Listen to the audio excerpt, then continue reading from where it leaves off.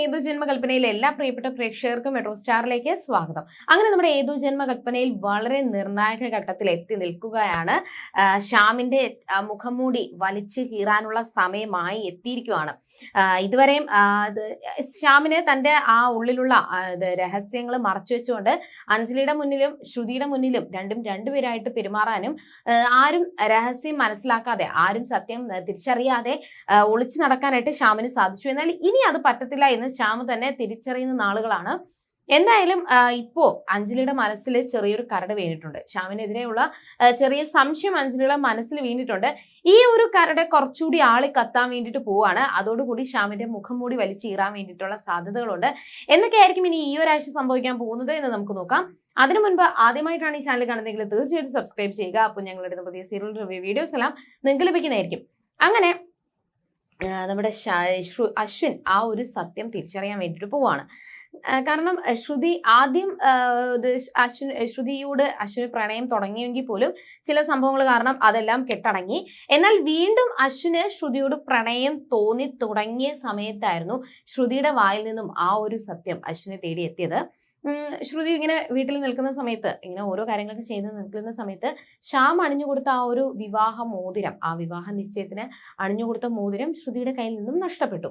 പക്ഷെ അത് കിട്ടിയത് അശ്വിന്റെ കയ്യിലായിരുന്നു. ആ ഒരു മോതിരം കിട്ടിയപ്പോൾ അശ്വിന് ചെറിയൊരു സംശയം തോന്നി. ഇത് സാധാരണ നമ്മൾ വിവാഹത്തിന് ഇടുന്ന മോതിരം അല്ലേ, ഇത് ചേച്ചിയുടെ എങ്ങാനും ആണോന്ന്? അല്ല, ചേച്ചിയുടെ ഒന്നും അല്ല. അങ്ങനെയാണെങ്കിൽ പിന്നെ ചേച്ചി ഉറപ്പായിട്ട് പറഞ്ഞേനെ. അങ്ങനെ ഇത് ആരുടെ ആണെന്ന് കണ്ടുപിടിക്കുന്നതിന്റെ ഇടയിലാണ് ശ്രുതി വന്ന് പറയുന്നത്, ഇത് എന്റെ മോതിരമാണ്. ഈ മോതിരം നിന്റെയോ? നീ കള്ളം പറയരുത്, സത്യം പറ. ഇത് എന്റെ മോതിരമാണെന്നും എന്നെ വിവാഹം കഴിക്കാൻ പോകുന്ന ആള് എന്റെ കയ്യിൽ അണിയിച്ചു തന്ന മോതിരമാണ് ഇത് എന്ന് ശ്രുതി അശ്വിന്റെ മുഖത്ത് നോക്കി പറഞ്ഞപ്പോ അശ്വിന് അത്രത്തോളം വേദനയാണ് തോന്നിയത്. ശ്രുതിയോടുള്ള ആ ഒരു പ്രണയം തോന്നി തുടങ്ങിയ സമയത്താണ് വീണ്ടും തന്നെ തകർക്കുന്ന രീതിയിൽ ഈ ഒരു വാർത്ത തന്നിലോട്ട് എത്തിയത്. അത് നമ്മുടെ അശ്വിനെ ആകെ തളർത്തി കഴിഞ്ഞു. അപ്പോൾ ഇതിൽ നിന്നും ഇത് തിരിച്ചു വരാനായിട്ട് അശ്വിന് സാധിച്ചില്ല. ഭയങ്കര സങ്കടം തോന്നി. അങ്ങനെ ഭയങ്കരമായിട്ട് ഷോക്കായിട്ടാണ് നമ്മൾ അശ്വിൻ നിൽക്കുന്നത്. എന്നാൽ ഈ ഒരു സംഭവങ്ങൾ നടന്നുകൊണ്ടിരിക്കുമ്പോൾ അതേ സമയം അവിടെ ശ്യാമിന്റെ ആ ഒരു മോതിരത്തിൽ വെച്ചാണ് അതായത് നമ്മുടെ അഞ്ജലിയുടെ മനസ്സിൽ സംശയങ്ങൾ തോന്നി തുടങ്ങിയത്. ശ്യാമിന്റെ കയ്യിൽ ഒരു മോതിരമുണ്ട്, പക്ഷെ അത് എവിടെ നിന്നാണെന്നോ ആരുടെ മോതിരമാണെന്നോ എന്താണെന്നോ ഒന്നും ശ്യാം വെളിപ്പെടുത്താനായിട്ട് തയ്യാറല്ല. അതങ്ങനെ പറ്റത്തില്ലല്ലോ. ഇത് എന്താണ്, അല്ലെങ്കിൽ ഇത് എവിടെ, ഈ ഒരു മോതിരത്തിന്റെ ബില്ല് ശ്യാം പറഞ്ഞത് ഞാൻ നമ്മുടെ മോതിരം പോളിഷ് ചെയ്യാൻ വേണ്ടിയിട്ട് കൊടുത്തതാണ്. ഇത്ര പെട്ടെന്ന് ഒരു കാരണവും ഇല്ലാതെ പോളിഷ് ചെയ്യേണ്ട ആവശ്യം എന്താണെന്ന് ചോദിച്ചപ്പോൾ അതിങ്ങനെ കിടക്കുന്നത് എനിക്ക് ഇഷ്ടമല്ല. നമ്മുടെ മോതിരം നല്ല ക്ലിയർ ആയിട്ട് നല്ല വെട്ടിത്തിളങ്ങി നിൽക്കുന്നത് കാണാനാണ് എനിക്കിഷ്ടം, അതുകൊണ്ടാണ് പോളിഷ് ചെയ്യാൻ കൊടുത്തത് എന്നാണ് ശ്യാം പറഞ്ഞത്. പക്ഷെ ഈ ഒരു കാര്യങ്ങളിലൊന്നും അഞ്ജലിക്കൊന്നും വിശ്വസിക്കാനായിട്ട് പറ്റുന്നില്ല. അങ്ങനെ ഈ ഒരു മോതിരത്തിന്റെ രഹസ്യം എന്താണ്, അല്ലെങ്കിൽ ഇതിന്റെ പിന്നിൽ എന്തെങ്കിലും കള്ളങ്ങള് ശ്യാമേട്ടൻ എന്നിൽ നിന്ന് മറച്ചു വെക്കുന്നുണ്ടോ, അതോ ഇനി എന്റെ തോന്നലുകളാണോ ഇത് ശ്യാമേട്ടൻ ശരിയാണോ ചെയ്യുന്നത്, അതോ എന്തെങ്കിലും തെറ്റുകളുണ്ടോ, ഞാനത് എങ്ങനെ കണ്ടുപിടിക്കും എന്നൊക്കെയുള്ള ചിന്തകളാണ് അഞ്ജലിയുടെ മനസ്സിൽ ഇങ്ങനെ ഓടിക്കൊണ്ടിരിക്കുന്നത്. അങ്ങനെ ഈ ഒരു സങ്കടം അഞ്ജലി അശ്വിനുമായിട്ട് പങ്കുവയ്ക്കാൻ വേണ്ടിയിട്ട് പോവാണ്. അപ്പോൾ അഞ്ജലി അശ്വിനോട് കാര്യങ്ങൾ പറയുന്നുണ്ട്. അശ്വിൻ ഇതേപോലെ അപ്പോൾ അഞ്ജലി സങ്കടത്തോടെ നടന്നു പോകുന്ന സമയത്ത് അശ്വിൻ അങ്ങോട്ട് വരികയും ചേച്ചി എന്താ വിഷമിച്ചിരിക്കുന്നതെന്ന് ചോദിക്കുമ്പോൾ കാര്യങ്ങൾ അശ്വിനോട് മുഴുവൻ പറഞ്ഞില്ലെങ്കിൽ പോലും തൊടാതെയും അശ്വിനോട് അഞ്ജലി കാര്യം പറഞ്ഞു.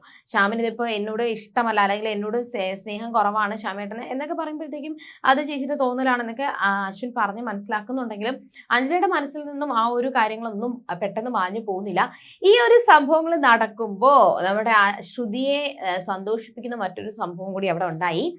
ഈ ഒരു മോതിരം തന്നെ വിവാഹം കഴിക്കാൻ പോകുന്ന ആളാണ് തന്നെ അണിയിച്ചത് എന്ന് ആദ്യം നമ്മുടെ ശ്രുതി പറഞ്ഞപ്പോൾ ഒരുപാട് വേദന അശ്വിനെ ഉണ്ടാക്കി.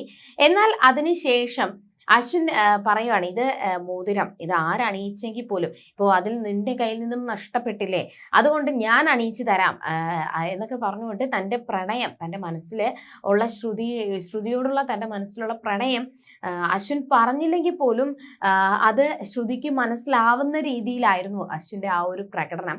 അതായത് ആ ഒരു മോതിരം അശ്വിൻ പതുക്കെ ശ്രുതിയുടെ കൈവിരലുകൾ ഇങ്ങനെ പിടിക്കുകയും എന്നിട്ട് ശ്രുതിയുടെ കയ്യിലോട്ട് ആ ഒരു മോതിര വിരലിലോട്ട് ആ ഒരു മോതിരം അശ്വിൻ തന്നെ അണിയിച്ചു കൊടുക്കുകയാണ്.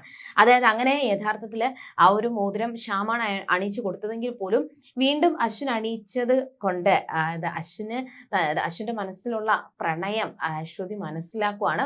അതിന്റെ കൂടെ തന്നെ ഇത് അശ്വിന്റെയും ശ്രുതിയുടെയും വിവാഹ നിശ്ചയം നടന്നിരിക്കുകയാണ് എന്ന് നമുക്ക് വേണമെങ്കിൽ അതിനുള്ള സാധ്യതകളും ഉണ്ട്, അങ്ങനെ വേണമെങ്കിൽ നമുക്ക് പറയാൻ പറ്റും.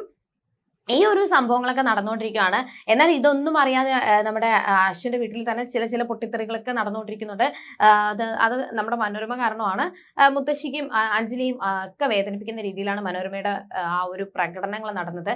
പക്ഷെ എല്ലാത്തിനും തക്ക മറുപടി മുത്തശ്ശി കൊടുക്കുന്നുണ്ടെങ്കിൽ പോലും ലാവണ്യയുടെയും അശ്വിന്റെ വിവാഹ നിശ്ചയം എത്രയും പെട്ടെന്ന് നടത്തണം എന്ന് തന്നെയാണ് പറഞ്ഞുകൊണ്ടിരിക്കുന്നത്.